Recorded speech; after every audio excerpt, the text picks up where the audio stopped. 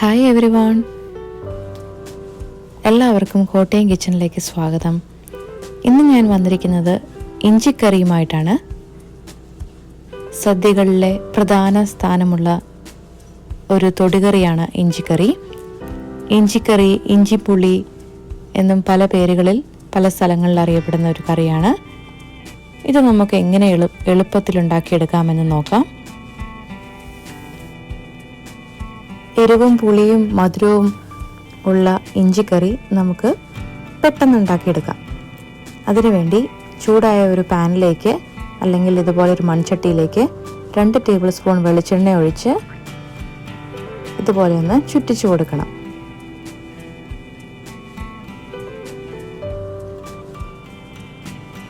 അതിലേക്ക് ചെറുതായി കൊത്തി അരിഞ്ഞ് വെച്ചിരിക്കുന്ന 1 കപ്പ് ഇഞ്ചി ചേർത്ത് നന്നായിട്ടൊന്ന് ഫ്രൈ ചെയ്തെടുക്കുക. മീഡിയം ഫ്ലെയിമിലിട്ട് വേണം ഫ്രൈ ചെയ്യാൻ, കരിഞ്ഞു പോകരുത്.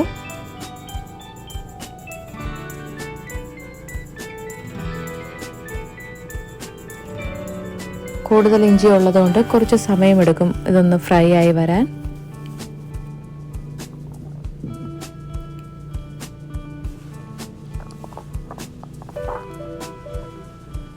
നന്നായിട്ട് മിക്സ് ചെയ്ത് കൊടുക്കണം.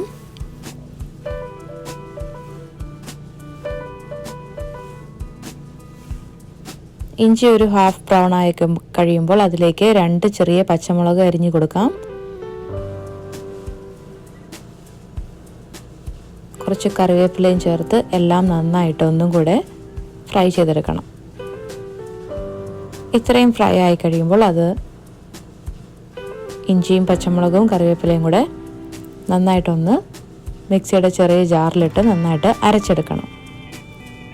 ആ അരപ്പ് വീണ്ടും ആ പാനിലേക്ക് തന്നെ ഇട്ട് 1/4 ടീസ്പൂൺ മഞ്ഞൾപ്പൊടിയും 1/2 ടീസ്പൂൺ മുളക് പൊടിയും ചേർത്ത് നന്നായിട്ടൊന്ന് മൂപ്പിച്ചെടുക്കണം.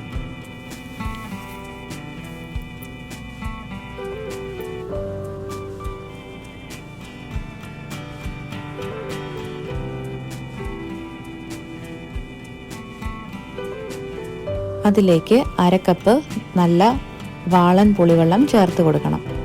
ഒരു നാരങ്ങ വലുപ്പത്തിലുള്ള പുളി ചെറിയ ചൂടുവെള്ളത്തിൽ മിക്സ് ചെയ്ത് അരിച്ചെടുത്തിട്ട് വേണം ചേർക്കാൻ.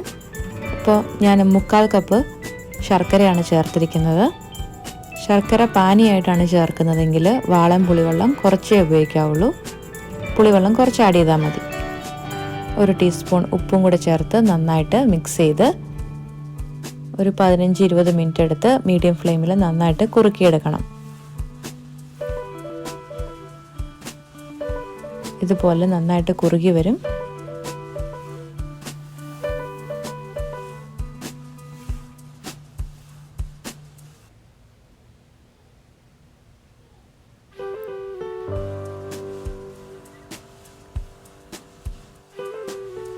വെള്ളമെല്ലാം നന്നായിട്ട് പറ്റിയതിന് ശേഷം അതിലേക്ക് കടുകും കറിവേപ്പിലയും വറ്റൽമുളകും ഉലുവാപ്പൊടിയും കൂടി ചേർത്ത് വെളിച്ചെണ്ണയിൽ താളിച്ചെടുക്കണം. തീ ഓഫ് ചെയ്ത് തണുക്കാൻ വെക്കാം. ഇത് സദ്യയ്ക്ക് ഒരു 2 ദിവസം മുന്നേ ഉണ്ടാക്കി വെക്കുന്നതാണ് നല്ലത്. ഒരു 10 പേർക്കുള്ള ഇഞ്ചിക്കറി ഉണ്ടാവും ഇത്. നമുക്കിത് ഫ്രിഡ്ജിൽ ഒരു 3-4 ദിവസം വരെ കേടാകാതെ സൂക്ഷിക്കാം. ഡ്രൈ സ്പൂൺ വെച്ചിട്ട് വേണം ഇഞ്ചിക്കറി യൂസ് ചെയ്യാൻ.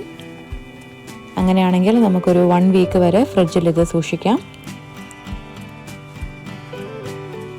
എല്ലാവർക്കും നല്ലൊരു ഓണം ആശംസിക്കുന്നു. Stay safe and healthy. Happy Onam. Thank you for watching.